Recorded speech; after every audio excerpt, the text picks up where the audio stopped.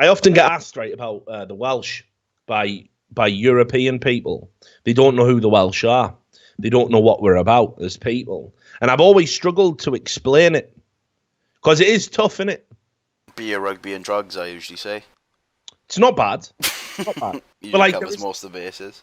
yeah, there's like a particular Welsh culture. There's like a what? Yeah, you know, poetry and yeah, sort of like song. yeah. It's like it's hard to describe it because there's nothing like it now. And this is like going to sound like, oh yeah, everyone always believes their culture is so deep and all that, right? But like, no, there is a thing at the heart of being Welsh, right? It's having a drink, having a laugh, but having this kind of like, you know, don't get me wrong, it like sounds a morality. Yeah. No, but it's like, you know, we all. I don't even care if you're the biggest Roy dead in fucking Wrexham. You know, you were well, maybe not Wrexham. You shitting in the street.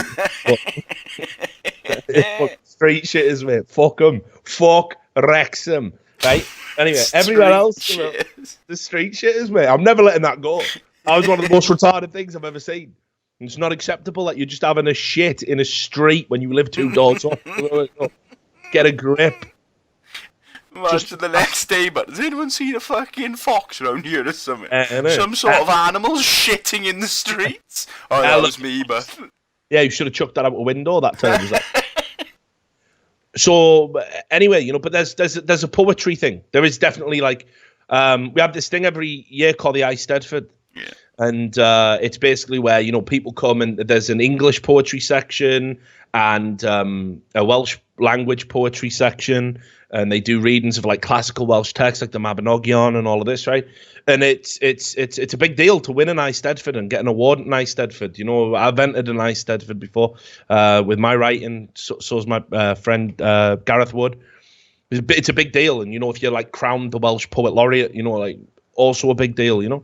So it's kind of weird. Like, there's this, like, warrior poet vibe. And, yeah, definitely there was some strange machismo still at play in Welsh culture as well. Because, like, they're all banging roids, right? Like, it's like fucking outrageous steroid use in Wales. I mean, every gym I've ever been to, I've been offered roids.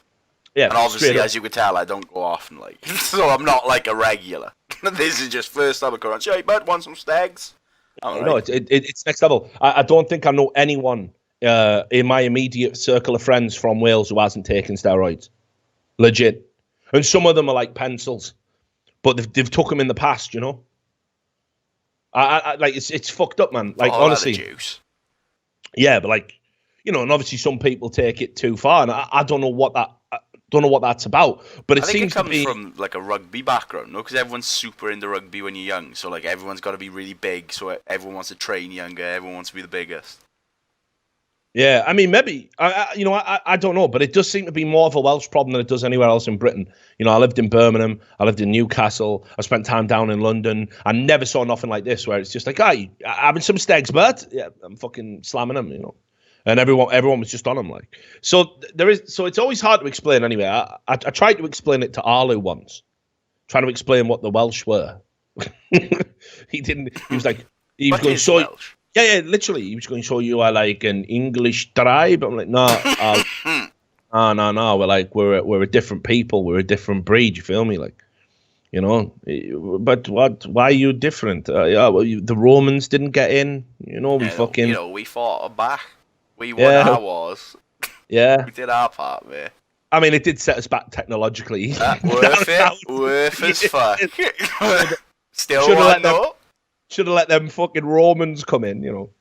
So Arlo and me were just pissed up one night, and I'm trying to explain the history of the Welsh.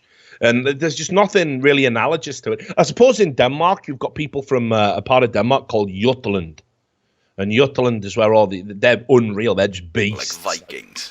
No, like basically like all the Vikings that settled down and became farmers and then just farmed for like hundreds of years, but they didn't get the cows to pull the plows. They were just doing it like, whoa. They're just brutes, mate. Like, you won't meet someone from Jutland under 6 foot. If you're 6 foot in Jutland, you're considered small, you know, big furry fucking hands, you know. They're all just absolute beasts. And like, that's why I was like, yeah, that's like Wales, you know. But anyway, so anyway, fucking I finally found a story I can now link to people, where I can say this is what being Welsh is about. This is it. We did it. We made it. You know, this is what being Welsh fundamentally is in one anecdote. So do you know the Hoover Dam?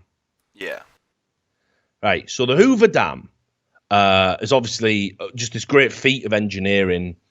You know, it's the biggest dam I think in the world, right? Is it the biggest dam? I think so. But you know, it's this huge fucking reservoir, you know, powering all this stuff. It's just, you know, one of, like I said, just a great feat of fucking engineering. What happens is, people, because it's a big reservoir, people jump in and try and have a swim, and they don't realise how fucking big it is because it's massive. Yeah, like, well, it's in the top 20 at the school. Apparently, the top is in Tajikistan. Where? Tajikistan. Yeah. So apparently they require a fucking dam, but. Yeah, so there you go. People, someone knows where Jutland is. Some people were going, where do you mean? Jutland? No, not Jutland. Jutland. It's definitely a real place. So anyway, so it's a big fucking dam anyway. And obviously, when the people who jump in and swim, probably they don't realise how it looks, you know, but it's going off a waterfall. That's how it's powered, this current, right? So people jump in and they're like, fucking hell, like, just get swept away and just plummet to their death. So anyway, only one person ever has swum across the Hoover Dam. There he is. Right, and only one. His name is fucking Di Jones. Yeah, his name was Di Young. Right? So here you go, right? Like this is from the other day, September the 12th. He's a gog. He's a gog, so he's not proper Welsh, in my opinion, although I'm sure the gogs will dispute that. Gog is North Walian as opposed to South Walian.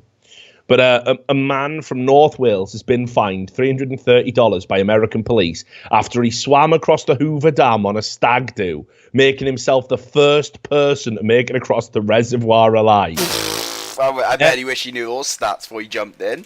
Yeah, he fucking played the odds like. Sorry, nobody's lived. Yeah, hang on a minute.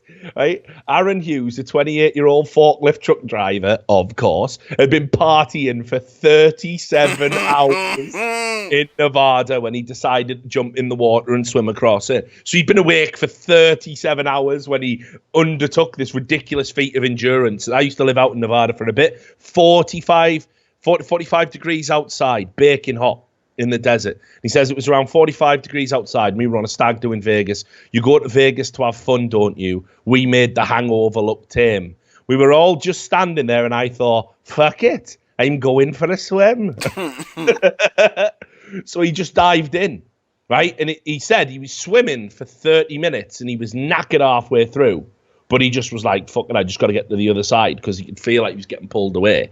So he goes, I was sucked towards the wall and had to swim hard. At the other side, I was exhausted. Then I heard the police shouting. So the chief of police who came said, in my whole lifetime, I've never seen or heard of anyone doing it. There's no one on record having doing it. And Aaron said, yes, my decision to go for a swim was fueled by drink. It was a bow talking, it was, officer. And then, this is the best line, though. This is what makes the whole story. It just ties it together. He goes, I don't have any regrets. I even have a tattoo saying no regrets. I'm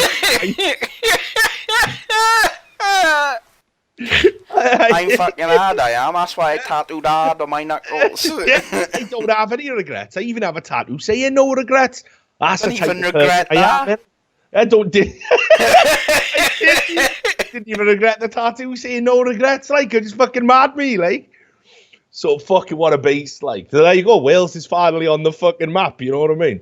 And I can say to people, this is it. This is what being Welsh is. You know. So yeah, that's it in a nutshell. Tell your friends. With the Welsh, we've done it.